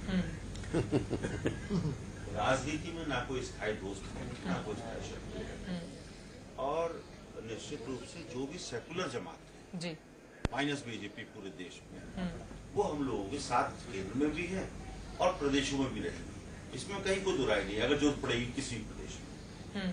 रही बात, अभी साईनाथ जी ने कहा था कि एक बात मुझे बहुत अच्छी लगी कि जो उन्होंने कहा कि कास्ट बैरियर टूटने चाहिए। जाति एक कटु सच्चाई है पूरे देश में जी। ये कैसे टूटेगी, किस तरह से ये हटेगी, ये सोचने का काम राजनेताओं का है। राजनेताओं का सोचने का काम तो है, लेकिन सोचता ही कौन है? सबसे बड़ा सवाल तो यही उठता है ना। कांग्रेस पार्टी भी इन तमाम बातों को ध्यान में रखते हुए टिकट का बंटवारा करती है। बिल्कुल गलत। इसका मैं जवाब दूंगी, जो हमारे वरिष्ठ पत्रकार यहाँ पर बने हुए हैं। कांग्रेस ने कभी जाति धर्म की बात नहीं की। उत्तर प्रदेश में वोटों, उत्तर प्रदेश में कैसे आपने टिकट का बंटवारा किया था उसको बताने की बिल्कुल जरूरत नहीं है, बिल्कुल भी जरूरत नहीं है अभी, क्योंकि हम कर्नाटक की बात कर रहे हैं। क्योंकि कहीं जाना है हिलाल नकवी को, एक छोटा सा रिएक्शन उनसे हम ले लेते हैं। हिलाल नकवी जी, जो बातें यहाँ पर राजीव जी ने कही कि दरअसल राजनीति असीम संभावना का खेल है, क्या वही खेल खेलती हुई कांग्रेस पार्टी नजर आएगी हमें नतीजों के बाद? घोटाले हो रहे हैं, सब रेल गेट है, कोल गेट है, जितनी चीजें हो रही हैं पूरा हिंदुस्तान देख रहा है। और डेवलपमेंट की बात करते हैं, मुझे दुख इस बात का होता है कि राहुल गांधी जी इन सब विषयों पे एक बार नहीं बोलते। हिंदुस्तान, आप कर्नाटका में जाके भ्रष्टाचार की बात करते हैं, और भ्रष्टाचार वो बात करेगी, कांग्रेस जैसी पार्टी भ्रष्टाचार की बात करेगी कि भ्रष्टाचार जो बात कर रही है हिंदुस्तान देख रहा है, तो भ्रष्टाचार मुद्दा नहीं है। राजेश जी, जिस तरह से आपके 2 पूर्व राष्ट्रीय अध्यक्ष जी, एक अध्यक्ष को तो बकायदा पैसे लेते हुए कैमरे पे कैच कितनी देर लगाई हटाने में, दूसरे अध्यक्ष को दूसरा टेन्योर दे रहे थे आप। अभी पूर्व अध्यक्ष को तो आप दूसरा टेन्योर दे रहे थे, पूर्व अध्यक्ष को तो आप दूसरा टेन्योर देने का काम कर रहे हैं। तो निश्चित रूप से आप तो आकर डूबे हुए हो, आप तो पूरे ऊपर से लेके नीचे तक डूबे हुए हो। येदियुरप्पा जी को जिस तरह से आपको 6 महीने साल भर लगा दिया, जेल गए जब हटाया, तो निश्चित रूप से आप तो पूरे डूबे हुए हो। कल तो मनीष की बातें सुन पूरे डूबे हुए हो। हालत ये है, मनीष कहते हैं माथापच्ची लगातार जारी रहेगी इन सबके बीच। मैं बता दूं कि आगे आप बताइए ना, येदियुरप्पा जी को जेल जाने के बाद ही तो हटाने का काम किया। आप लोगों को रोकना। अनुराग भी हमारे साथ जुड़ चुके 3 बार हैं। चीफ मिनिस्टर बदले, आपसे 3 बार चीफ मिनिस्टर बदलेंगे बीच में, ठीक है। आपने कहा कि एक मिनट रुक जाए, आपने कहा कि येदियुरप्पा साहब को 6 महीने इन्होंने भ्रष्टाचार के आरोप के बाद भी ढोया। आप पवन बंसल साहब को और अश्विनी कुमार साहब को कब तक ढोने की तैयारी में? ढोने की तैयारी भी नहीं है बिल्कुल भी। सीबीआई अपना काम कर रही है। फिर बात निकलेगी तो फिर दूर तक जाएगी। सीबीआई जो टॉप इन्वेस्टिगेटिंग यूनिट है वो अपना काम कर रही है। हमें सीबीआई में पूरा भरोसा है। ये वो सीबीआई है, ये वो सीबीआई है सुप्रीम कोर्ट के अंदर कोलगेट के मामले में कहती है हमने छेड़छाड़ करी। मतलब ये हालत है, हालत ये है सुप्रीम कोर्ट के अंदर खड़ी होगी। एक मिनट, मैं एक बात कह, देखिए आप दोनों ठीक है, आप अपने स्तर पर बहस करिए ये इसके बारे में, करप्शन के भ्रष्टाचार के बारे में आप चाहे कुछ भी कहिए। जहां तक कर्नाटका का बात कर रहे हैं, अभी तो कर्नाटका के ऊपर बहस हो रही है। अब देखिए कर्नाटक में चाहे सेंटर में जो भी भ्रष्टाचार हो, मगर वहां लोकल ग्राउंड लेवल में जो लोगों ने देखा है उसका असर ये वोटिंग पे पड़ रहा है। चाहे कुछ भी कह लीजिए, शायद खुराना में यह भी कह सकता हूं आगे लोकसभा इलेक्शन में अगर आप दोनों पार्टी जिस तरह से करेंगे, जहां तक असर पड़ेगा शायद सेंटर में जो हो रहा है उसका असर पड़ सकता है। वैसे मैं देख रहा हूं कि जैसे जैसे रुझानों में कांग्रेस की सीट बढ़ती जा रही है, राजीव त्यागी जी की आवाज ऊंची होती जा रही है। लेकिन ठीक है, आवाज ऊंची करने से कुछ नहीं होगा। श्री कृष्णा जी, मैं आपसे जानना चाहूंगा, जो हमने ओपिनियन पोल दिखाया था उसमें हमने साफ तौर पर देखा था कि सबसे बुरी सरकार अगर किसी ने, जनता ने किसी को माना था तो वो बीजेपी की सरकार को माना था, क्योंकि वो मौजूदा सरकार है। उसके बाद सुनिए, उसके बाद बीजेपी और जेडीएस की सरकार को सबसे बुरा माना, फिर कांग्रेस और जेडीएस की सरकार को सबसे बुरा माना, और फिर कांग्रेस, क्योंकि कांग्रेस उससे पहले चौथे नंबर पर थी, कांग्रेस को सबसे बुरी सरकार माना। यानी इस वक्त कर्नाटक की जनता की अगर मनस्थिति समझी जाए तो 2 बुरी सरकारों में से उसे किसी एक सरकार को चुनना है। श्री कृष्णा जी, मैं यही कह रहा हूं, जैसे आपने देखा है, आपने सर्वे में दिखाया ना 1, 2, 3, 4 कांग्रेस चौथे नंबर पे थी भ्रष्टाचार के ऊपर। शायद इसी कारण और लोग, और पिछले 5-6 साल से ये भाजपा और जेडीएस की सरकार चल रही थी, भाजपा की, और लोगों ने दिन बे दिन यही देख रहे थे। तो इसी का जो फॉल आउट है, ये जो इलेक्शन चुनाव का जो भी हो, एग्जिट पोल वगैरह, लोगों का यही व्यू है। अब ये नहीं कह सकती कांग्रेस भी, ये नहीं कह सकते कि भाई हम बिल्कुल साफ हैं। अब सेंटर में देख लीजिए, अब देखिए लोगों में ये भी हो गया भाई, जो भी सरकार हो वो भ्रष्ट है, चाहे कांग्रेस हो चाहे ये जनता के दोनों बुरी सरकार हैं। अब जनता के आगे कोई चॉइस नहीं था, इसलिए इसी के कारण जो भी कांग्रेस को बेनिफिट हो रहा है, मैं बार बार यही कह रहा हूँ, डिफॉल्ट से हो रहा है, कोई अपने इससे नहीं हो रहा है। और दूसरा है, मैं क्रेडिट किसी एक नेता को नहीं दे सकता, मैं किसी नेता को नहीं क्रेडिट दे सकता हूं। ये लोग इतने आक्रोश आ गए, इतने गुस्से हो गए, इसीलिए जो भी आज जो सरकार बन रही है जिस भी पार्टी की, वो लोगों के नाराजगी से बन रही है। लोग, आप ये, मैं दोनों पार्टी को यही कह सकता हूं, लोग आपसे किसी से खुश नहीं है। वैसे आप कह रहे हैं श्री कृष्णा जी की कांग्रेस को जीत का क्रेडिट नहीं दिया जा सकता, क्योंकि उसमें साफ तौर पर उनकी कोई एफर्ट नहीं है। मैं आपको कांग्रेस मुख्यालय की एक बार तस्वीर दिखा दूं, वहां बैंड बाजा बजने की तैयारी हो रही है। ठीक है sir, I agree with you, मैं मानता हूँ, वो तो सेलिब्रेशन होगा, कोई पार्टी हो, मगर आप देख लीजिए कभी भी जब कुछ भी हो, एंटी एस्टेब्लिशमेंट ही होता है ज्यादातर। मैं आपको एक पुराना लीडर का बड़ा अच्छा किस्सा सुनाता हूँ। दिनेश गोस्वामी जी मेरे से बहुत पहले बोल रहे थे, बड़ा इंटरेस्टिंग ऑब्जर्वेशन था। उन्होंने मेरे से कहा एक दिन, मैंने कहा भाई ये 89 इलेक्शन राजीव गांधी के टाइम के था, जब वो जनता पार्टी बनी थी। तो वो कह रहे थे, देखिए यहाँ लोग ज्यादा मैनिफेस्टो नहीं पढ़ते, कुछ नहीं पढ़ते, जो सरकार सबसे गलती करती है उसको बाहर करके दूसरे को लाते हैं, सीधी बात है। अब मैनिफेस्टो आप और हम के लिए है, बस आम लोगों के नहीं है। जो मैसेज जाता है भाई ये हमारा काम नहीं हो रहा है, ठीक है, ये सरकार इनको निकालो, लेट अस बी स्ट्रेट, ठीक है। ये कोई कुछ नहीं। एक बार ये चर्चा हम जारी रखेंगे, एक बार रजत के पास चलते। रजत, क्या तैयारियां कांग्रेस मुख्यालय पे? बैंड बाजा हमने सुना है आ गया, वहां पर पूरी तैयारी है नाचने गाने की। अब देखिए, बिल्कुल अभी तक कांग्रेस के कार्यकर्ता नहीं आए, नेता नहीं आए, लेकिन आप कह सकते हैं कि उनकी तरफ से बैंड बाजा, ये चावला बैंड है दिल्ली के जो कि आ गए। मैं अपने कैमरामैन से कहूंगा कि वो तस्वीरें आपको दिखाएं। आप ठीक नीचे देख सकते हैं 24 अकबर रोड के जो बैंड पार्टी है वो आ चुकी है, वो भी भेजी गई होगी कार्यकर्ताओं द्वारा। तो मुझे लगता है कि कुछ देर के अंदर जो नेता है, जो बड़े नेता है कांग्रेस के कार्यकर्ता हैं, उनका जमावड़ा 24 अकबर रोड पे लगेगा। सामने आप देख सकते हैं जश्न की तैयारियां शुरू हो गई हैं, कार्यकर्ता आना शुरू हो गए हैं। तो आप कह सकते हैं कि कांग्रेस कॉन्फिडेंट है कि कुछ देर बाद उसको एक ऐसा मौका मिलेगा जो एक खुशी का मौका होगा पार्टी के लिए काफी दिनों बाद। चलिए मैं आपके पास आता रहूंगा। रजत, कुसुम राय हमारे साथ बीजेपी से जुड़ गई हैं। कुसुम राय जी, यहां पर आप देखें कि अभी जो शुरुआती रुझान है उनमें 88 पर कांग्रेस आगे निकलती हुई दिखाई दे रही, जबकि 39 पर रुक गई है बीजेपी। अब सवाल ये उठता है कि आधे से भी कम ओपिनियन पोल पर जब आपकी राय ली गई थी, जब एग्जिट पोल पर आपकी राय ली गई थी, तो आपने कहा था कांग्रेस एक बिखरी हुई पार्टी है, छितराई हुई पार्टी है, लेकिन यहां पर तो मामला बड़ा संगठित लग रहा है। जनता की तरफ से कांग्रेस का पूरा मैंडेट जाता हुआ दिखाई दे रहा है। अब देखिए, जनता का जनादेश सराखों पर है और जो जनता ने संदेश दिया है उसको हम स्वीकार करेंगे। लेकिन वास्तविकता है कि जो हमने पार्टी ने हमारे कहा वो करके दिखाया है कि हमने भ्रष्टाचार से कभी समझौता न किया था न करेंगे। और भ्रष्टाचार के ही मामले पर हमें मुख्यमंत्री बदलना पड़ा और हमने बदल के दिखाया उसको।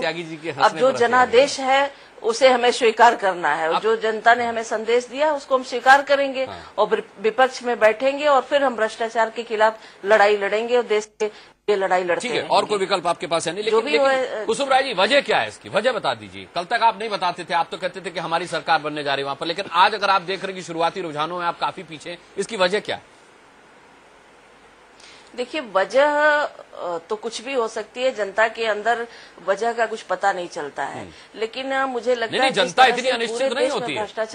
जनता इतनी अनिश्चित नहीं होती है नहीं कि आपको पता न चले कि जनता के अंदर किस बात का गुस्सा है।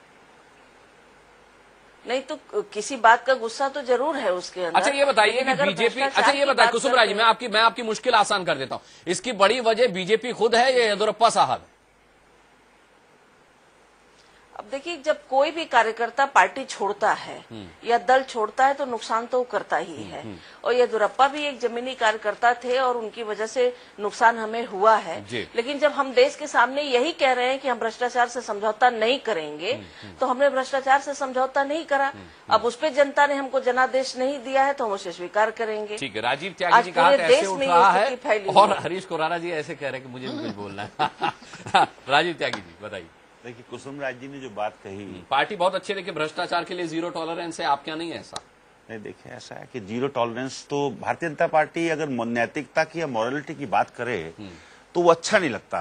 नहीं, लेकिन येदियुरप्पा साहब को रखा नहीं, डेंट दे रहे हैं वो, बिल्कुल डेंट दे रहे हैं। लेकिन येदियुरप्पा साहब को रखा नहीं गया। देखिए, आप पूर्ववर्ती राष्ट्रीय अध्यक्ष को ये हारना मंजूर है, भ्रष्टाचार मंजूर नहीं है बीजेपी। पूर्ववर्ती राष्ट्रीय अध्यक्ष को ये दूसरा टेन्योर देना चाहते थे। इससे पहले बहुत सारी ऐसी चीजें हुई 5 साल के भारतीय जनता पार्टी के कार्यकाल में जो केंद्र में रहा, क्या क्या नहीं हुआ। आवाज नहीं आ रही है। जो आपने देखा ना हो या दुनिया ने ना देखा हो। कर्नाटका में विशेष रूप से 2 कारण रहे मेरी वजह से भारतीय जनता पार्टी के बैक सीट पे जाने के। पहला कारण यह रहा कि 99 से 2006 के बीच में गुड गवर्नेंस बाय कांग्रेस के तरफ से बहुत अच्छी गवर्नेंस दी गई, जिसमें कि आईटी से लेकर के और अन्य विकास, पूरे क्षेत्रों का विकास, या कोई भी जल विवाद हो या कोई भी चीज हो, उसको सही तरह से सुलझाने की कोशिश की गई और प्रदेश को आगे ले आया गया। हर क्षेत्र देश सुलझ रहा है।